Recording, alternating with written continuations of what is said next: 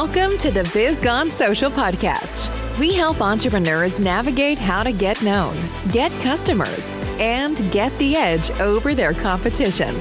Here is your host, Lorraine Duncan.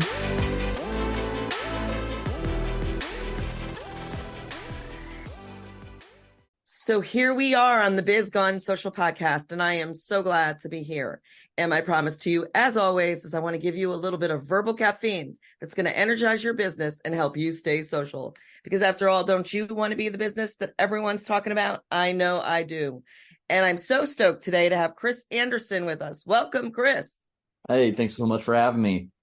Why don't you tell my audience a little bit about what you do, who you serve, and what your business is? For sure. Yeah. So I'm CEO, founder of Elevate Media Group. And what we do is we help online coaches launch a video podcast if they don't have one. And if they do have one, we come alongside them and we take over the post-production editing for them. And because we focus on video, that's not just the audio file fully edited, the video file fully edited, but we also break it down into the micro video content, you know, your YouTube shorts, your Instagram reels type things that people put out there, because it's becoming such a critical and crucial part in building a brand online. And so that takes a lot of hours. And so we saw the need that our clients or the coaches have. And so we wanted to give them those hours back so they could focus on their zone of genius, what they really love doing, what they're good at, and we could take care of the rest. So we started that, launched that a couple of years ago, and that's what we do. And it's cool to be a part of, all these individuals like in the background. We're kind of just there working away, but we get to help them elevate their stories to their audiences and help their audiences. So like we have a little hand in each of these cookie jars that these individuals are doing amazing work, making a difference in the world and helping people. And we get to just kind of be in the background, making things happen. So how did you get started in all this? Like what did you wake up one day and say, gee, I think I'm going to help podcasters? Yeah, actually funny story. I didn't want to, I didn't want to be in the podcast service-based, arena at all. When I first started, my podcast back in 2019, it was twofold. It was for me to learn from my guests, because I interview successful entrepreneurs on the Elevate Media podcast. And so I started out, I wanted to learn from them myself so I could grow something, so I could build a business and then also share that with my audience. And originally I wanted to do that. I wanted to be the person people came to learn how to, build something outside of their 9-to-5. But the problem was when I started, I hadn't done it yet. And so there was that disconnect. And I was really trying to push that and just trying to figure it out. And my podcast was doing well. It was growing, charting. It was in the top percentage globally listened to. And, people kept coming to me, hey, Chris, how are you doing that? How did you launch your podcast? How do you do X, Y, and Z in the podcast space? And so I would help them. And with my story, I quit my job in 2020 with no revenue coming in, with no idea how I was going to build a business, just with, that faith and determination to do so. And so I was like, yeah, sure. Here, I can help you, because I needed money, right? Our savings was going down. And so I took on those jobs and found that I was good at it. And it came a little bit simpler to me, but I still was fighting it. My ego and pride was in the way. And so eventually, come 2021, I had a wake call. God was like, dude, look what I'm giving you. Look what's coming to you. Just get out of the way and lean into it. And that's what I did. And when I did that, we started getting we got our first reoccurring client right after. Basically, I said, let's do Elevate. Let's go full into this podcast stuff and see how we can do it. And started focusing mainly on the launch, and then saw the need of, the editing portion. And so kind of added that in and been doing that ever since. And yeah, so that's kind of how I got into it. Didn't want to originally, but now I really enjoy it. Yeah. Wow. What was that like, not having any revenue coming in? Did you get scared, or were you worried? What was that like? 100%. 100%. Some people might say, oh yeah, there's no fear, there's no worry. But yeah, I mean, we had some savings. My wife's a teacher, so it wasn't like she was bringing home, a whole lot from it. And we have, my student loans, we have house payments, we have all of that. And, we had our savings, and it was basically, I mean, it still is, it always is, no matter what level I feel like I will get to, have that kind of weight on my shoulders to continue to, provide and build something, because not only just for my family, but now for the individuals who are on our team, who have families and people that we're now being able to support. But yeah, I mean, it was scary. It was a big moment in my journey where I had to really grow my faith, and that's always a big part of my journey and my story. And so there was a huge moment of just like trusting, in God, and really just putting my nose to the grindstone, and sacrifices had to be made. And sometimes that looked like sleep. Sometimes that was not working out as much as I should, to get things done, and just learning. And then the biggest thing I think that anyone can do is, because we can learn, there's so much out there, right? We can listen to so many podcasts, read so many books, go through so many courses, but until we actually implement what we're learning, nothing's going to happen. And so like, I'm very much a take action now, tweak it after when it's not working 100% well, but at least get started. So yeah, it was, I don't recommend people just quitting their job without, something to replace it. Because it is a big weight you're carrying.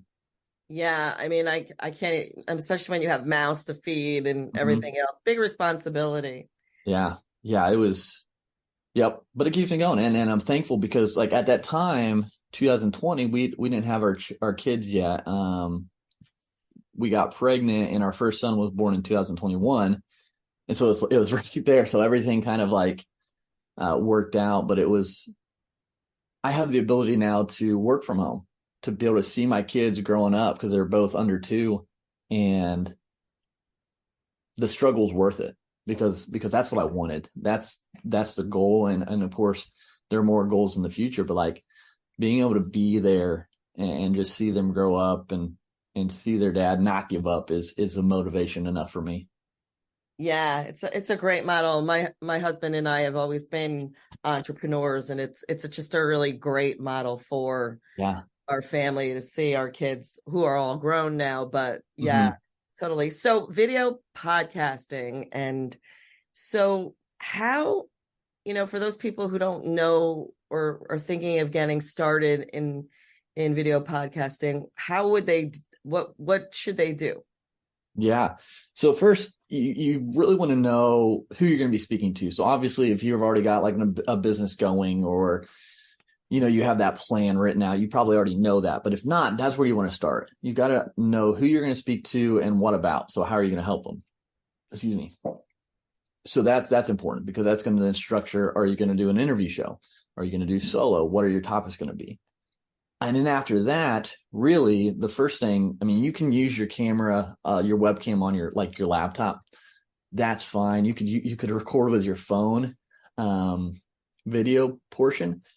But the first thing is you want to, focus on your audio, and make sure it's the best. And, sometimes, as we discovered even before recording this, sometimes technology just doesn't work out, and you have to push that mic to the side and use what you have.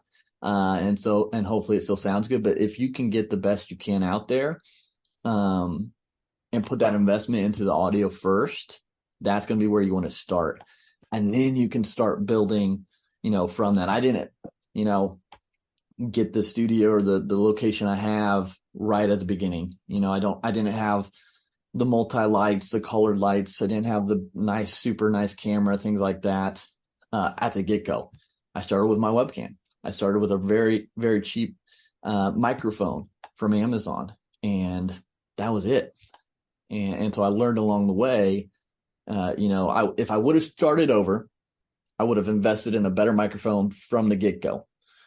Just because, like, looking back at some of my first episodes, they sounded and looked really bad. I don't know how it grew and, got the traction it did.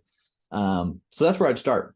Know who your audience is, and what you're going to help them with, and then get good audio, and make sure you think about like where you're recording as well, because that can help the audio situation too. So that's where I would start.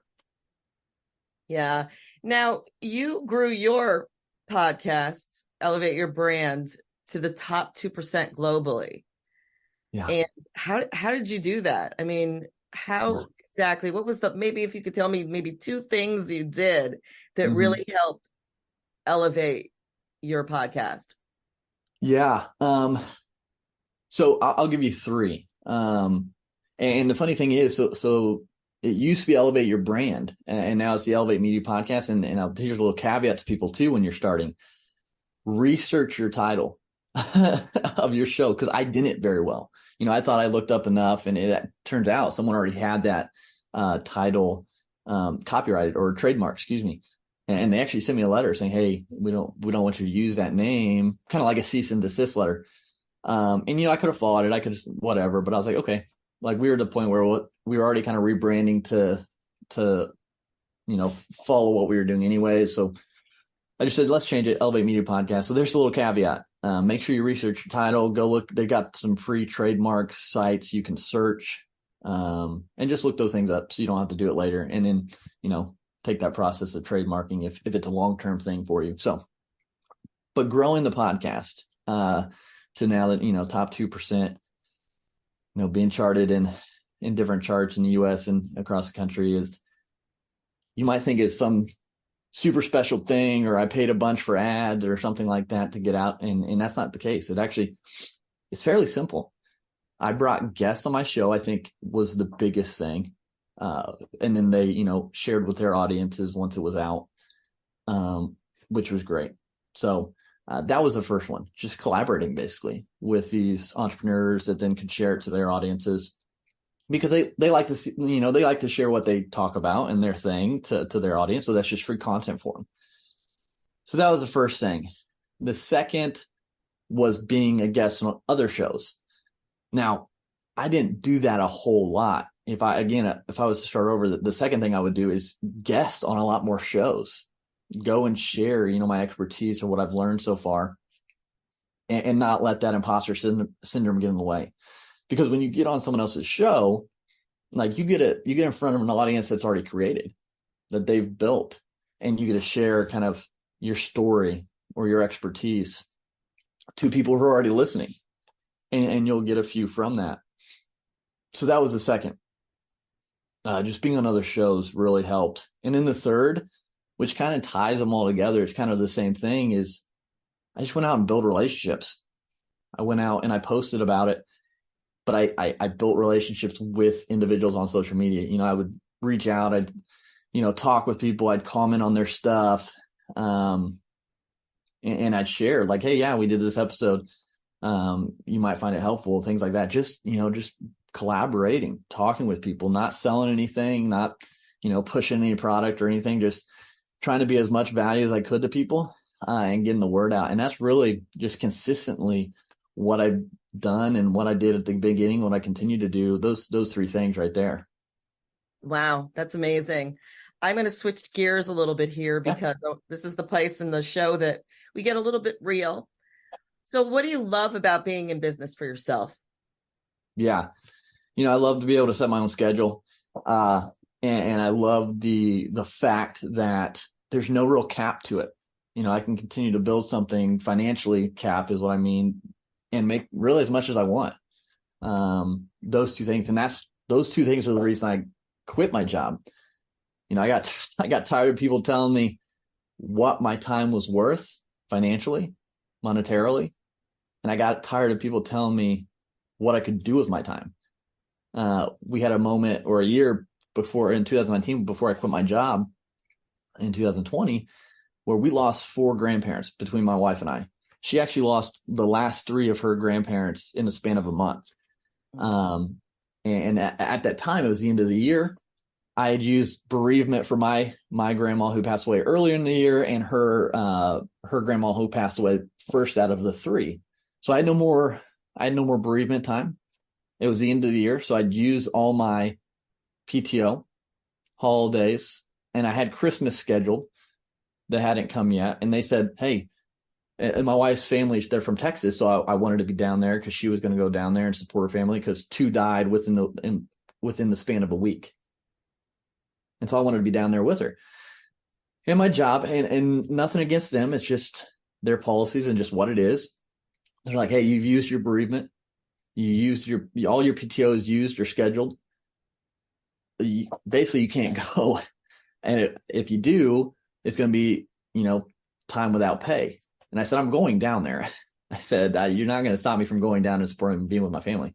That's not going to happen. So I canceled my Christmas PTO because that was to go to Texas anyway. So basically we used the time for that. So it worked out, but it just kind of was the last straw. Though I was like, my time is worth way more than this. And I want to be able to use it. Like, life's short. Like, most of those deaths we didn't expect. Yes, they were older, but they were unexpected. And life's too precious and too short. And in my mind, it just started going like, is this really what I want to be doing in 30 years? And it was no. And so the wheels really started turning, and that's kind of, what brought me to wanting to do the whole entrepreneurship. And that's what I love about it now is, I work really hard, and I work a lot because I want to get different levels. But like yesterday, I wanted to go golf and just kind of unwind for a little bit so I could go golf like in the middle of the day. I could take my kids to the zoo if I wanted to. I could just spend time with them. Like, you have so much freedom, but with that, you have to understand that there are moments that you do have to grind, and you do have to, really get to it. It's not just going to be all sunshine and rainbows, but that's what I love, more or less. So I kind of long-winded there, but I love just being able to dictate and have my time be my time and have no limits on what I create financially. I love that. Everybody talks about businesses being so great to be in, the glamour of it. And so what would you say today is your number one struggle that you struggle with?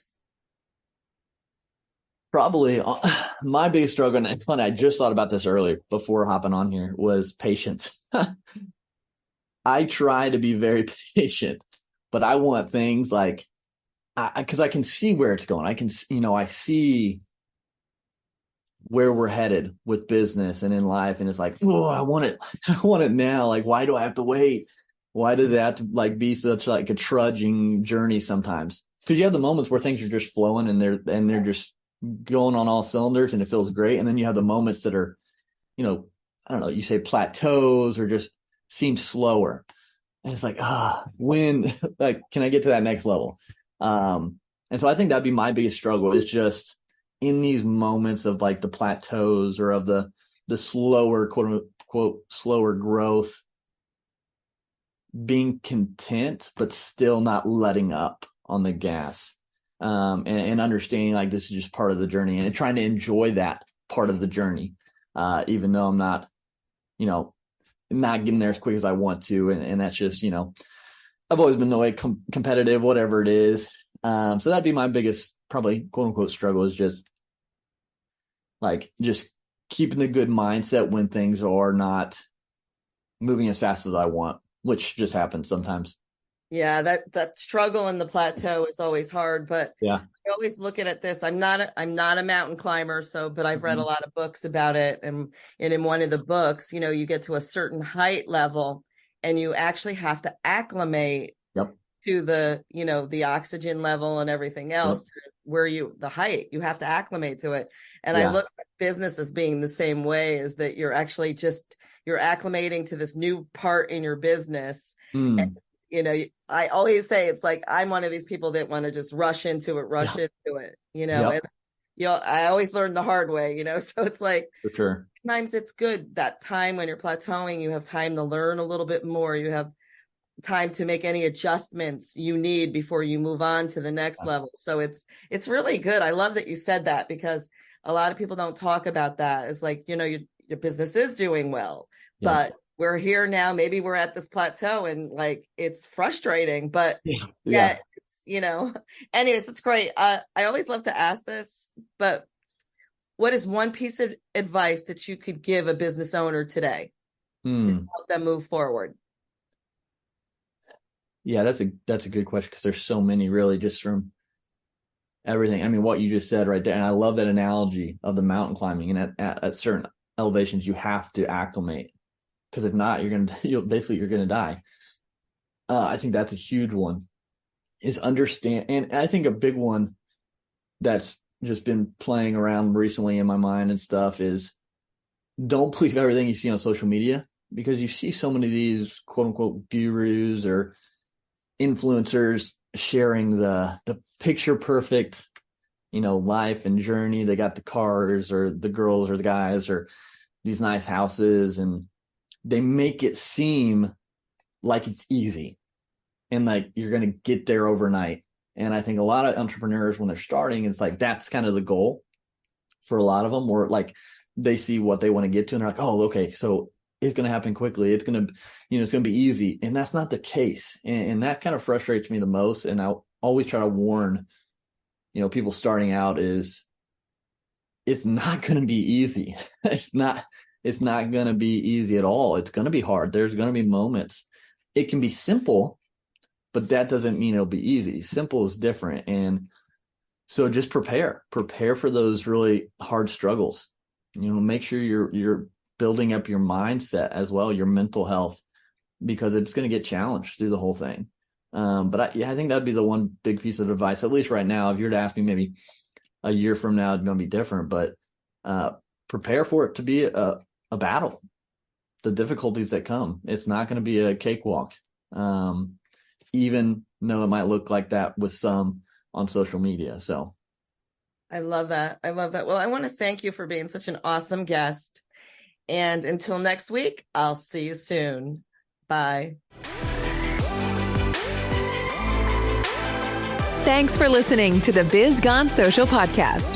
Find us on Instagram at BizGoneSocial for extra tips. Check back weekly for new episodes. Until next time, stay social.